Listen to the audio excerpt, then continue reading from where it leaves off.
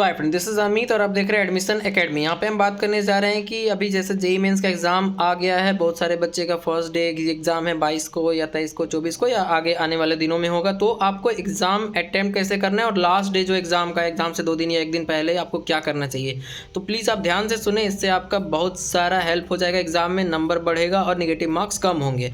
तो सबसे इंपॉर्टेंट ये है कि आप का जो भी टाइम शेड्यूल आया 9 से 12 का या 3 से 6 का, तो आप उस टाइम पे एक मॉक टेस्ट दें हर दिन एग्ज़ाम से पहले तक।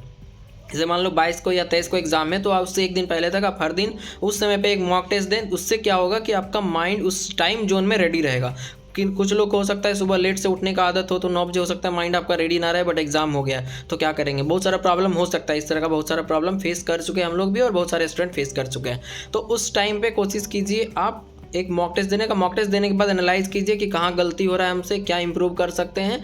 और मॉक टेस्ट में वही कीजिए जो आप एग्ज़ाम में जाके करने वाले हैं, क्योंकि आपको एग्ज़ाम में भी कुछ नया नहीं करना है, जो आप पहले से करते आ रहे हैं वही करना है। तो ध्यान ये रखें कि क्वेश्चन अटेम्प्ट करने का तरीका क्या होना चाहिए, तो वो ध्यान से आप सुनिए। जैसे हम बता रहे हैं ऐसे ही करना है, जिससे कि आपको हेल्प होगा। सबसे पहले जैसे ही क्वेश्चन पेपर स्टार्ट होता है आपके मोबाइल में या कंप्यूटर पे, जैसे कि एग्जाम में कंप्यूटर पे होगा, तो आप घर में अगर मोबाइल पे दे रहे हैं, लैपटॉप या कंप्यूटर पे कहीं पे, तो जैसे ही स्टार्ट होता है तो आप सबसे पहले वो सब्जेक्ट स्टार्ट करें जो आपका सबसे ईजी, मतलब जो सबसे अच्छे से आप पढ़ के रखें। अगर केमिस्ट्री तो केमिस्ट्री से स्टार्ट करें, और पहला क्वेश्चन देखने के बाद अगर वो लगता है सॉल्व करने लायक है, सॉल्व करने लायक मतलब उस चैप्टर से है जो चैप्टर आप पढ़ चुके हैं। अगर वो उस चैप्टर से जो नहीं पढ़े हैं बट लग रहा है आपको इजी, फिर भी उसको टच नहीं करना है, निगेटिव मार्क हो जाएगा। क्योंकि जेईई में इसी तरह से क्वेश्चन सेट किया जाता है जिससे आप ज़्यादा निगेटिव करें, लगेगा इजी है बट मार्क कर देंगे, बाद में निगेटिव हो जाएगा, बाद में रिग्रेट होगा। तो इसलिए आपको उन्हीं सब चैप्टर पे को अटेम्प्ट करना है जो आप पढ़े हुए हैं, उसमें से भी जो सॉल्वेबल लगे। तो 1 नंबर को मार्क कर लेंगे, सॉल्व नहीं करेंगे, 1 नंबर को मार्क कर लेंगे। 2 नंबर लगेगा सॉल्व करने लायक नहीं है, मतलब चैप्टर पढ़े नहीं है, तो इसको छोड़ देंगे। 3 नंबर इस तरह से 25 तक जाएंगे, क्योंकि इस साल 25 क्वेश्चन दिया जा रहा है, सेक्शन बी में 5 क्वेश्चन है।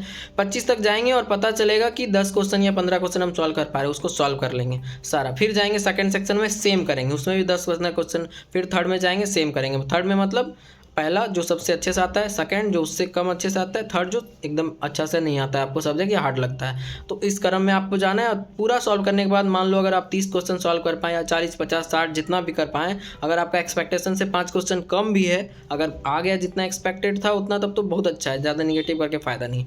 जितना एक्सपेक्ट किए थे उससे 5 क्वेश्चन कम है, टाइम बचा हुआ है, तो आप देख सकते हैं फिर से जो क्वेश्चन नहीं सॉल्व हुआ है उसमें कुछ है सॉल्व करने लायक तो कर सकते हैं। अदरवाइज आप 5 क्वेश्चन कम भी कर रहे हैं फिर भी आप रुक जाएँ, क्योंकि फर्स्ट टाइम में आपको कम स्कोर पे भी अच्छा परसेंटाइल मिल जाएगा। तो ज़्यादा रिस्क लेके फ़ायदा नहीं, क्योंकि 5 मार्क्स भी अगर नेगेटिव करते हैं तो आपको उसका बहुत बड़ा खामियाजा परसेंटाइल में भुगतना पड़ेगा, क्योंकि परसेंटाइल में बहुत ज़्यादा इफेक्ट होता है 5-10 मार्क्स का भी। तो ये आपको ध्यान रखना है।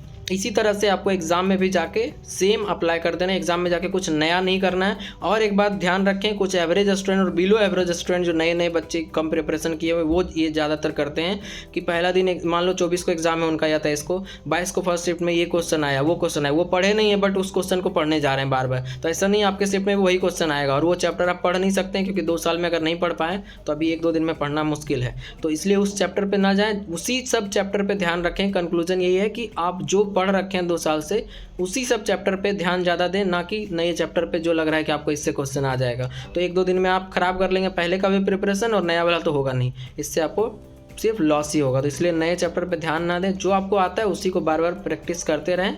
और मॉक टेस्ट जो है उस टाइम पे देना बहुत इंपॉर्टेंट है, क्योंकि उस टाइम जोन में आपका माइंड 100% वर्क करना चाहिए, तभी आपको एग्जाम में मैक्सिमम क्वेश्चन सॉल्व करने का टाइम मिलेगा।